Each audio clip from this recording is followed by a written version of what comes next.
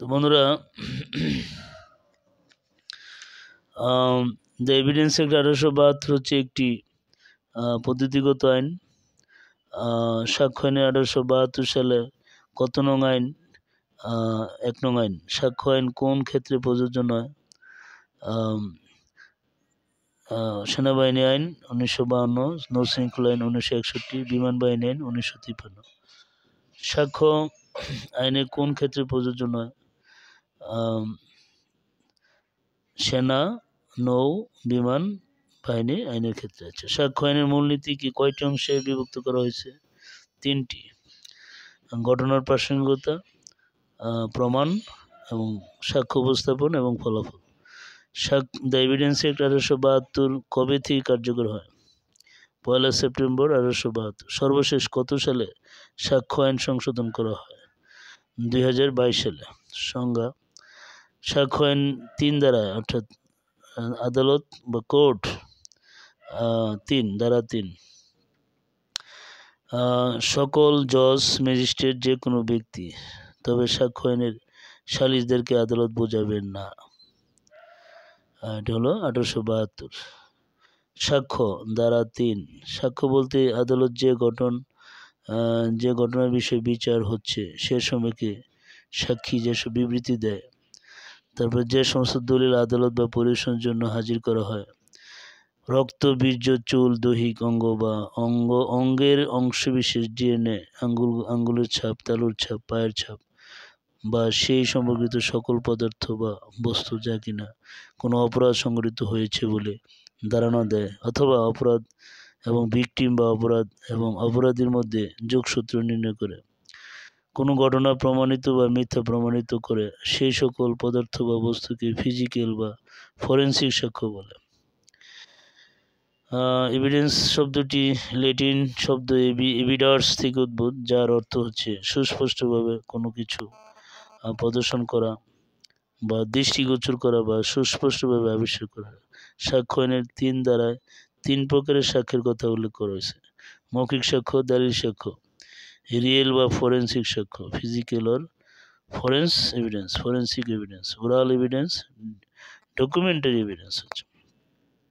মৌখিক সাক্ষ্যকে আবার 2 ভাগ করেছে: প্রাথমিক সাক্ষ্য, গৌণ সাক্ষ্য। দালিলিক সাক্ষ্যকে আবার 2 ভাগ করেছে: প্রাথমিক মৌলিক দালিলিক, গৌণ দালিলিক সাক্ষ্য। বন্ধুরা, মৌখিক সাক্ষ্য, ওরাল এভিডেন্স, আদালত সাক্ষী বিচার বা তদন্ত বিষয়ে যে সকল বিবৃতি দেওয়ার জন্য অনুমতি দেন অথবা সাক্ষী যেসব বিবৃতি আদালতের প্রয়োজন হয়, এইসব বিবৃতিকে বলা হয় মৌখিক সাক্ষ্য। মৌখিক সাক্ষ্য অবশ্যই প্রত্যক্ষ হবে। প্রাথমিক মৌখিক সাক্ষ্য, এরপরে প্রাথমিক গৌণ মৌখিক সাক্ষ্য, দালিলিক সাক্ষ্য, যে সকল দলিল আদালতের প্রদর্শনের বা অনুসন্ধানের জন্য উপস্থাপন করা হয় তাকে দালিলিক সাক্ষ্য বলে। প্রাথমিক দালিলিক, মাধ্যমিক দালিলিক। রিয়েল বা ফরেনসিক সাক্ষ্য, মৌখিক বা দালিলিক সাক্ষ্য ছাড়াও আরেক ধরনের সাক্ষ্য আছে যার নাম বাস্তব সাক্ষ্য বা ফরেনসিক সাক্ষ্য। যেমন ঘটনাস্থল থেকে পুলিশ পিস্তল উদ্ধার করেছেন, উক্ত পিস্তলটি হচ্ছে রিয়েল সাক্ষ্য। ডাক্তার কোর্টকে সহযোগিতা করে যে জ্ঞান দেয় সেটি হলো ফরেনসিক মেডিসিন। এছাড়া মনে করুন আপনি ঘরে বসে ফেসবুকে ফেক আইডি দিয়ে একজনকে হুমকি দিলেন, আপনাকে কোথায় খুঁজে পাওয়া যাচ্ছে না, তখন ফরেনসিক বিশেষজ্ঞ নেটওয়ার্ক ট্রাফিক বা আরও বিভিন্ন ডেটা অ্যানালাইসিস করে জানতে পারবেন আপনার লোকেশন। সাইবার ফরেনসিকের কাজ মূলত অনলাইনে এরকম অপরাধ আর অপরাধী শনাক্ত করা।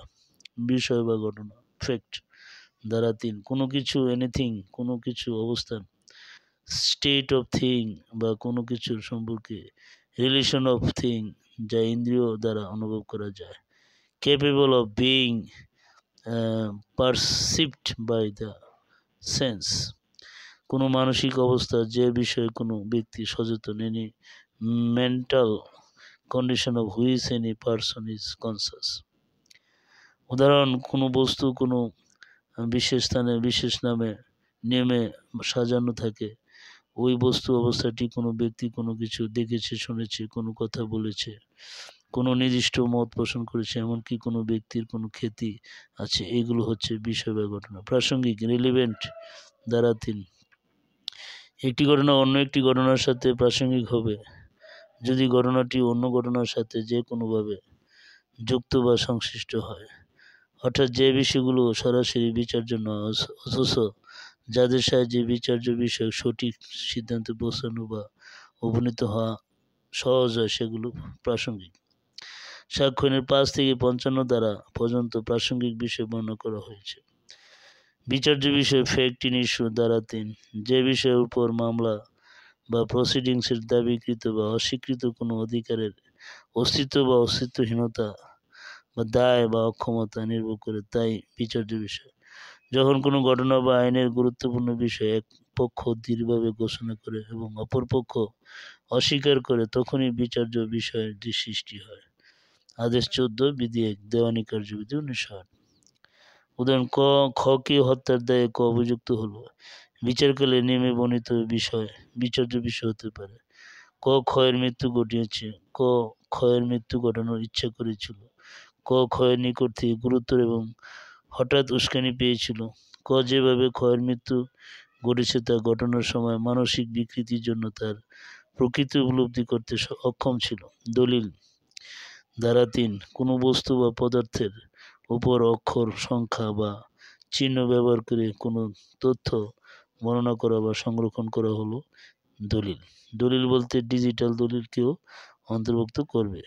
ডিজিটাল দলিলের বিষয়টি 2022 সালের সাক্ষ্য আইনের সংশোধনের মাধ্যমে যুক্ত করা হয়। বন্ধুরা, ডিজিটাল দলিল বা ইলেকট্রনিক দলিল, তারপরে ডিজিটাল স্বাক্ষর বা ইলেকট্রনিক স্বাক্ষর। ডিজিটাল রেকর্ড কিভাবে সাক্ষ্য হিসেবে এডমিজেবল হবে, সেজন্য এই আইনে 65B দ্বারা সংশোধন করা হয়েছে। ডিজিটাল স্বাক্ষর সার্টিফিকেট, ডিজিটাল স্বাক্ষরিত সার্টিফিকেট বলতে কোনো ইলেকট্রনিক স্বাক্ষরিত সার্টিফিকেটকে বোঝাবে, যেমনটি তথ্য যোগাযোগ প্রযুক্তি আইন 2006 সংজ্ঞায়িত করা হয়েছে। সার্টিফিকেট কোটি সার্টিফিকেট অথরিটি আছে। প্রমাণিত বা প্রুভড ধারা 3, একটি বিষয় প্রমাণিত হয়েছে তখনই বলা যায় যখন আদালত তর্কিত বিষয়টির অস্তিত্ব বিদ্যমান আছে বলে বিশ্বাস করেন, অথবা তর্কিত বিষয়টির অস্তিত্ব বিদ্যমান থাকাটা এতটাই সম্ভব বা বিশ্বাসযোগ্য যে একজন বিচক্ষণ ব্যক্তির দ্বারা ধারণা করা সম্ভব যে ঘটনার অস্তিত্ব বিদ্যমান আছে। মিথ্যা প্রমাণিত ধারা হলো 3। তারপরে অপ্রমাণিত ধারা 3, সাক্ষ্য আইনের অনুসারে কোনটি প্রত্যক্ষ সাক্ষ্য? সাক্ষী যে বিষয়ে সাক্ষ্য দেয় তা সে নিজে দেখেছে। বিয়ের হত্যার জন্য অভিযুক্ত, বিচারকালে নেমে কোন ঘটনাটি বিচার্য বিষয় হবে না? এর বড় ভাই স্ত্রীকে তালাক দিয়েছিল।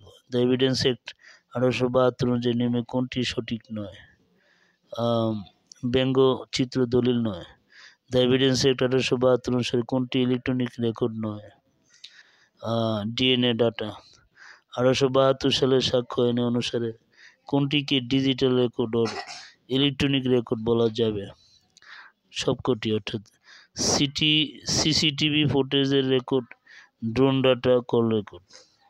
দ্য এভিডেন্স অ্যাক্ট 1872 অনুযায়ী নেমে কোনটি সঠিক নয়? ব্যঙ্গচিত্র দলিল নয়। সাক্ষ্য আইনের 3 ধারা। দ্য এভিডেন্স অ্যাক্ট 1872 অনুসারে আদালত বলতে কাকে বোঝাবে? জজ, ম্যাজিস্ট্রেট, সাক্ষ্য গ্রহণকারী ব্যক্তি। দ্য এভিডেন্স অ্যাক্ট 1872 অনুসারে কোনটি আদালত নয়? সালিশকারী। দ্য এভিডেন্স অ্যাক্ট 1872 অনুসারে বিষয় বা ঘটনার অন্তর্ভুক্ত হবে যে কোনো বস্তুর অবস্থা, কোনো ব্যক্তির মানসিক অবস্থা, কোনো ব্যক্তির খ্যাতি। যে বিষয়ের উপর নির্ভর করে কোনো মামলার দাবিকৃত বা অস্বীকৃত কোনো অধিকার দায় নির্ধারণ করা হয় তাকে কি বলে? বিচার্য বিষয়। দ্য এভিডেন্স অ্যাক্ট 1872 অনুসারে সাক্ষ্যের সংজ্ঞা কত ধারায় প্রদান করা হয়েছে? 3 ধারায়। দ্য এভিডেন্স অ্যাক্ট 1872 অনুসারে সাক্ষ্য আইনের 3 ধারা অনুসারে সাক্ষ্য কয় প্রকার? 3 প্রকার। যখন উপস্থাপিত সব বিষয় বিবেচনা করে আদালত বিশ্বাস করে কোনো ঘটনার অস্তিত্ব আছে, তখন সেই ঘটনা হয় প্রমাণিত। যখন উপস্থাপিত সব বিষয় বিবেচনা করে আদালত বিশ্বাস করেন কোনো ঘটনা অস্তিত্ব নেই, তখন সেই ঘটনা হয় মিথ্যা প্রমাণিত। দ্য এভিডেন্স অ্যাক্ট 1872 অনুসারে অপ্রমাণিত বলা হবে যখন বিষয়টি প্রমাণিত নয়, অপ্রমাণিত নয়। দ্য এভিডেন্স অ্যাক্ট 1872 অনুসারে কয়টি ঘটনার উপর নির্ভর করে সাক্ষ্য দেওয়া যায়? 2টি। দ্য এভিডেন্স অ্যাক্ট 1872 অনুসারে সাক্ষ্য দেওয়া যায় যে বিষয়ের উপর বিচার্য বিষয়, প্রাসঙ্গিক বিষয়ের উপর। বিচার্য বিষয় কয় প্রকার? 2 প্রকার, আইনগত বিচার্য বিষয়, ঘটনাগত বিচার্য বিষয়। দ্য এভিডেন্স অ্যাক্ট 1872 অনুসারে যখন কোনো ঘটনা প্রমাণিত অথবা মিথ্যা প্রমাণিত নয় তখন তাকে কি বলে? অপ্রমাণিত। দ্য এভিডেন্স অ্যাক্ট 1872 অনুসারে কোন ধারায় বিচার্য বিষয়ের সংজ্ঞা দেওয়া হয়েছে? 3 ধারায়। অনুমান দ্বারা হলো 4। অনুমান শব্দটির সংজ্ঞা সাক্ষ্য এনে দেওয়া নাই, তবে অনুমান করা যায় মানে বিনা প্রমাণে কোনো ঘটনাকে সাময়িকভাবে ধরে নেওয়া অথবা মেনে নেওয়া। অনুমান 3 প্রকার, প্রমাণিত বলে ধরে নিতে হবে, মে প্রিজুম, অবশ্যই প্রমাণিত বলে ধরে নিবে, শ্যাল প্রিজুম। চূড়ান্ত প্রমাণ, কনক্লুসিভ প্রুফ, প্রমাণিত বলে ধরে নিতে পারে অর্থাৎ মে প্রিজুম। দ্বারা হলো 90, 87, 88 ক, 89 ক এবং 90 ক। যেখানে মে প্রিজুম বিধান থাকবে সেক্ষেত্রে আদালত ইচ্ছা করলে 2টি কাজের যে কোনো একটি করতে পারবে।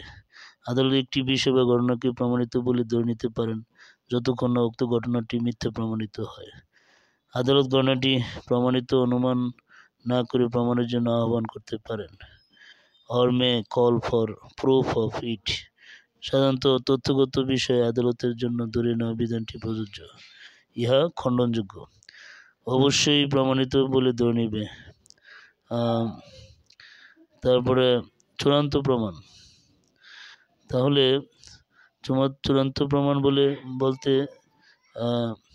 অবশ্যই প্রমাণিত বলে ধরে নিবে বলতে যেখানে শ্যাল প্রিজমের বিধান থাকবে সেখানে একটি বিষয় বা ঘটনাকে অবশ্যই প্রমাণিত হিসেবে অনুমান করে নেবেন যতক্ষণ না এটি মিথ্যা প্রমাণিত হয়।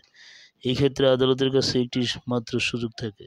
সাধারণত আইনগতভাবে যে সকল বিষয় ধরে নিতে হবে সেই সকল ক্ষেত্রে অবশ্যই ধরে নেওয়ার বিধানটি প্রযোজ্য হবে। 79, 80, 81 ক, 82, 83, 84, 85, 85 ক, 85 খ, 85 গ, 89 এবং 105। চূড়ান্ত প্রমাণ, কনক্লুসিভ প্রুফ, যে ক্ষেত্রে কনক্লুসিভ প্রুফ এর বিধানটি থাকে সেক্ষেত্রে আদালত কোনো বিষয় বা ঘটনাকে চূড়ান্ত হিসেবে গণ্য হবে। এই ক্ষেত্রে ঘটনাটি মিথ্যা প্রমাণ করার জন্য সাক্ষ্য দানের অনুমতি দিবেন না। অর্থাৎ যখন একটি বিষয়কে অপর একটি বিষয়ের চূড়ান্ত প্রমাণ বলে ঘোষণা করা হয় তখন আদালত প্রথম উক্ত বিষয়টি প্রমাণিত হলেই অপর বিষয়টি প্রমাণিত বলে গণ্য করবেন এবং তা মিথ্যা প্রমাণ করার জন্য সাক্ষ্য প্রদানের অনুমতি দিবেন না। চূড়ান্ত প্রমাণ অখণ্ডনযোগ্য, তবে আইনে বলা থাকলে চূড়ান্ত প্রমাণকে খণ্ডন করা যাবে। ইহা ধারা হলো 41 এবং 112। 112 ধারা অনুসারে নিম্নে শর্তসমূহ পূরণ করলে চূড়ান্ত প্রমাণ সন্তানকে কনক্লুসিভ সন্তানকে বৈধ বলে অনুমান করা হবে। সন্তান জন্ম পিতা মাতার বৈধ বিবাহিত সময়কালে হবে, অথবা বিবাহ বিচ্ছেদের 280 দিনের মধ্যে সন্তানটি জন্মগ্রহণ করে এবং উক্ত সময়ে মাতা অবিবাহিত ছিল। তবে কেউ যদি উক্ত সন্তানের বৈধতা বিষয়ে প্রশ্ন তোলে তবে তাকে প্রমাণ করতে হবে যে সন্তানের সম্ভাব্য জন্মকালের কোনো সময় তার মাতার সাথে তর্কিত পিতার মিলনের পথ উন্মুক্ত ছিল না। নিম্নে কোন বিষয়টি শ্যাল প্রিজুমের অন্তর্ভুক্ত? Documents of power of attorney দ্বারা হলো 85। দ্য এভিডেন্স অ্যাক্ট 1872 বিধান অনুযায়ী বিবাহ বিচ্ছেদের পর সর্বোচ্চ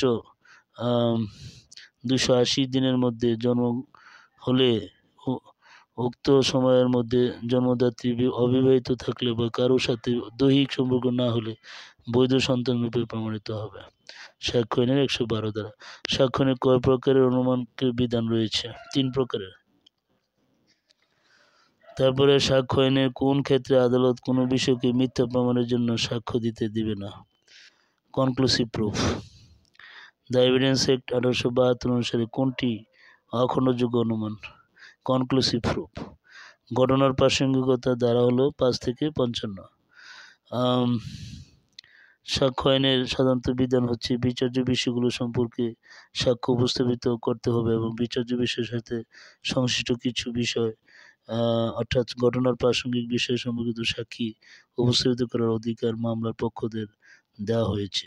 বিচার্য বিষয় এবং বিচার্য বিষয়ের সাথে সম্পর্কযুক্ত প্রাসঙ্গিক বিষয় দ্বারা হলো 6 থেকে 16।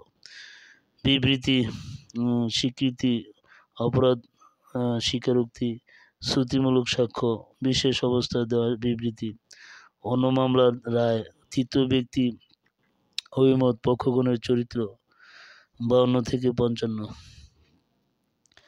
বিচার্য ঘটনা ও প্রাসঙ্গিক ঘটনা সম্পর্কে সাক্ষ্য প্রদান করা যাবে ধারা 5। ধারা 6, যে সকল ঘটনা একই কাজের অংশ সেগুলোর প্রাসঙ্গিকতা। বন্ধুরা, ধারা 7, যে সমস্ত ঘটনা বিচার্য বিষয়ের উপলক্ষ, কারণ বা পরিণাম। ধারা 8, উদ্দেশ্য, প্রস্তুতি এবং পরবর্তী আচরণ। ধারা 9, প্রাসঙ্গিক ঘটনা ব্যাখ্যা এবং অবতারণার জন্য প্রয়োজনীয় ঘটনা। ধারা 10, অভিন্ন অভিপ্রায়ের প্রসঙ্গে ষড়যন্ত্রকারীর কথা বা কাজ। ধারা 11, যে সকল ঘটনা অন্য কোনোভাবে প্রাসঙ্গিক নয় সেগুলো প্রাসঙ্গিক হতে পারে। ধারা 12, যে সকল ঘটনা দেওয়ানি আদালতের ক্ষতিপূরণ নির্ধারণে সহায়তা করে সেগুলো প্রাসঙ্গিক। ধারা 13, যখন অধিকার বা প্রথা সম্পর্কে প্রশ্ন ওঠে তখন সেসব ঘটনা প্রাসঙ্গিক। ধারা 15, কোনো কাজ আকস্মিক বা ইচ্ছাকৃত প্রশ্নে যে সমস্ত ঘটনার প্রভাব থাকে। ধারা 15। ধারা 16, কার্যক্ষেত্রে অনুসরণকৃত কোনো রীতি ও চিত্ত যখন প্রাসঙ্গিক। তো বন্ধুরা, বিয়ের হত্যার জন্য অভিযুক্ত বিচারকালে নেমে কোন ঘটনাটি বিচার্য বিষয় হবে না? এর বড় ভাই স্ত্রীকে তালাক দিয়েছিল। সাক্ষ্য আইনে কত ধারায় অভিন্ন অভিপ্রায়ের কথা বলা হয়েছে? 10 ধারা। দ্য এভিডেন্স অ্যাক্ট 1872-এর 8 দ্বারা অপরাধের সংগঠন উদ্দেশ্য সম্পর্কে বলা হয়েছে। কয়টি বিষয়ে সাক্ষ্য দেওয়া যায় সাক্ষ্য আইন অনুসারে? 2টি। যে সকল ঘটনা প্রাসঙ্গিক নয় কিন্তু প্রাসঙ্গিক হতে পারে কয়টি ক্ষেত্রে? 2টি। সাক্ষ্য আইন 1872 সালে কত ধারায় অভিন্ন অভিপ্রায়ের কথা বর্ণনা করা হয়েছে? 10 ধারা। মোটিভ প্রাসঙ্গিক হয় সাক্ষ্য আইনের কত ধারা অনুসারে? 8 ধারা। যখন অধিকার বা প্রথা সম্পর্কে প্রশ্ন উত্থাপিত হয় তখন সেসব ঘটনা প্রাসঙ্গিক বিধানটি সাক্ষ্য আইনের কত ধারায়? 13 ধারা। যে সকল ঘটনা অন্য কোনোভাবে প্রাসঙ্গিক নয় সেগুলো প্রাসঙ্গিক হবে যদি সেটা বিচার্য বিষয়ের সাথে অসঙ্গতিপূর্ণ হয়। সাক্ষ্য আইনের কত ধারায় বলা হয়েছে যে সকল ঘটনা একই কাজের অংশ সেগুলো প্রাসঙ্গিক? 6 ধারা। এরপরে সাক্ষ্য আইনের কত ধারা অনুসারে অপরাধমূলক ষড়যন্ত্রে অংশগ্রহণকারীদের কোনো কাজ প্রাসঙ্গিক বলে? 10 ধারা।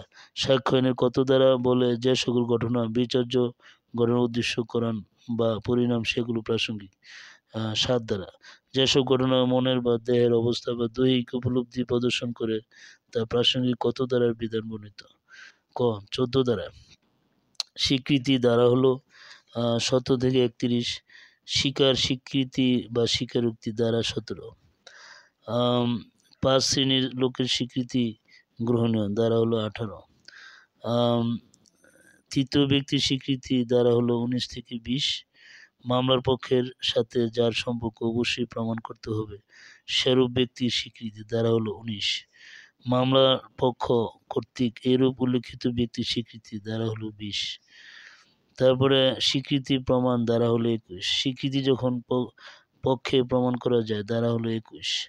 ডিজিটাল দলিলের বিষয়বস্তু সম্পর্কে মৌখিক বিবৃতি যখন প্রাসঙ্গিক ধারা হলো 22-এর ক। দেওয়ানি মামলার স্বীকৃতি ধারা হলো 23। দ্য এভিডেন্স অ্যাক্ট 1872 অনুসারে স্বীকৃতি হলো স্বীকৃত বিষয় সম্পর্কে চূড়ান্ত প্রমাণ নয়। যে মৌখিক বা লিখিত বিবৃতি কোনো বিচার্য বিষয় বা প্রাসঙ্গিক বিষয় সম্পর্কে কোনো অনুমানের সূত্রপাত করে তাকে বলা হয় স্বীকারোক্তি, স্বীকৃতি। দ্য এভিডেন্স অ্যাক্ট 1872 অনুসারে স্বীকৃতি কয় প্রকার হতে পারে? 3 প্রকার। সাক্ষ্য আইনের কত দ্বারা স্বীকৃতির সংজ্ঞা দেওয়া হয়েছে? 17 দ্বারা। দ্য এভিডেন্স অ্যাক্ট 1872 অনুসারে স্বীকৃতি কে দিতে পারেন? মামলার যে কোনো পক্ষ বা পক্ষের প্রতিনিধি। দ্য এভিডেন্স অ্যাক্ট 1872 অনুসারে স্বীকৃতি কি?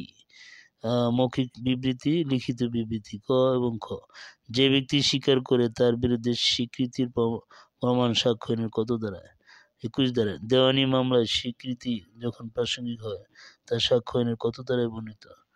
23 ধারা। দ্য এভিডেন্স অ্যাক্ট 1872 অনুসারে দেওয়ানি মামলার স্বীকৃতি প্রাসঙ্গিক হয় না স্বীকৃতি শর্তাধীন সাক্ষ্য না দেওয়ার জন্য পক্ষগণের মধ্যে সাক্ষ্য না দেওয়ার চুক্তি থাকলে। স্বীকৃতি চূড়ান্ত প্রমাণ না হলেও প্রমাণে কী ধরনের বাধা সৃষ্টি করে?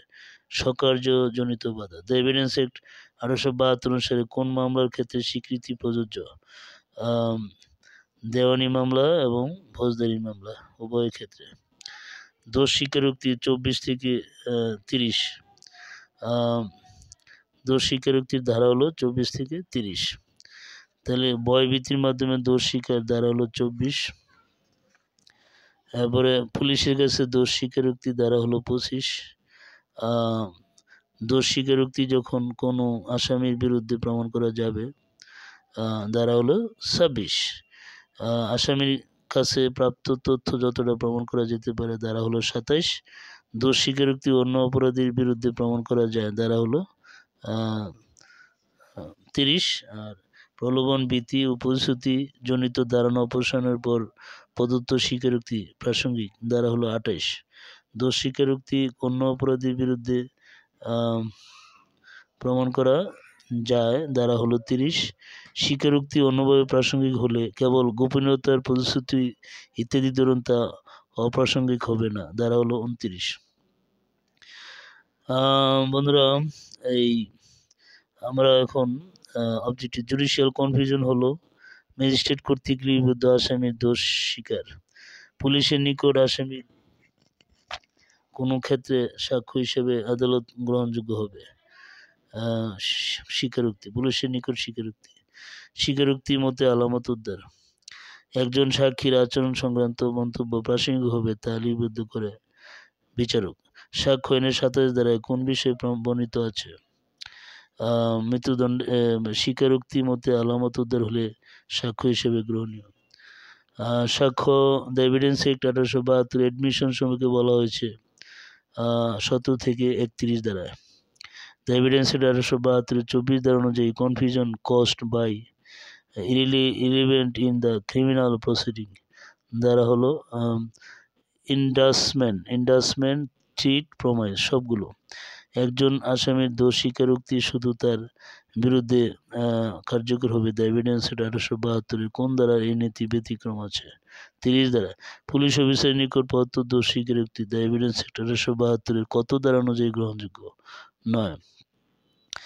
25 ধারা। দ্য এভিডেন্স অ্যাক্ট 1872 ধারা 28 অনুযায়ী প্রতিশ্রুতি, ভীতি ও প্রলোভনজনিত ধারণা অবসানের পর পত্র স্বীকারোক্তি কি প্রাসঙ্গিক? সাক্ষ্য আইনের কত ধারায় দোষ স্বীকারোক্তির সংজ্ঞা প্রদান করা হয়েছে? কোনটি নয়, অর্থাৎ 17 ধারা, 24, 25 কোনটি নয়। সাক্ষ্য আইনের স্বীকৃতি সংজ্ঞা প্রদান করলেও দোষ স্বীকারোক্তির সংজ্ঞা প্রদান করেনি। তাহলে নিজেকে জড়িয়ে দোষ স্বীকারকে কি বলে? দোষ স্বীকারোক্তি। দ্য এভিডেন্স অ্যাক্ট 1872 অনুসারে দোষ স্বীকারোক্তি সাক্ষ্য হিসেবে ব্যবহার করা যায় দোষ স্বীকারোক্তি ব্যক্তির বিরুদ্ধে। তারপরে দ্য এভিডেন্স অ্যাক্ট 1872 অনুসারে দোষ স্বীকারোক্তি আদালত কর্তৃক গ্রহণযোগ্য হবে না। পুলিশের কাছে করা স্বীকারোক্তি, পুলিশ হেফাজতে দেওয়া স্বীকারোক্তি, ভয়ভীতি বা প্রলোভনের মাধ্যমে দেওয়া স্বীকারোক্তি। দ্য এভিডেন্স অ্যাক্ট 1872 অনুসারে দোষ স্বীকারোক্তি আদালত কর্তৃক গ্রহণযোগ্য হবে ম্যাজিস্ট্রেটের নিকট পত্র স্বীকারোক্তি, পুলিশের নিকট দেওয়া তথ্যের ভিত্তিতে আলামত উদ্ঘাটন, ভয়ভীতি বা প্রলোভন অপসারণ করে দোষ স্বীকারোক্তি গ্রহণ করলে। কোন ধরনের মামলার সাক্ষ্য হিসেবে দোষ স্বীকারোক্তি সাক্ষ্য হিসেবে প্রাসঙ্গিক হবে? ফৌজদারি মামলা। তো বন্ধুরা, আজকে এই পর্যন্তই। আশা করি পরবর্তী ভিডিওতে আমরা বিস্তারিত আলোচনা করব। আজকে খুদা হাফেজ। চ্যানেলটি সাবস্ক্রাইব করে দেবেন। আল্লাহ হাফেজ।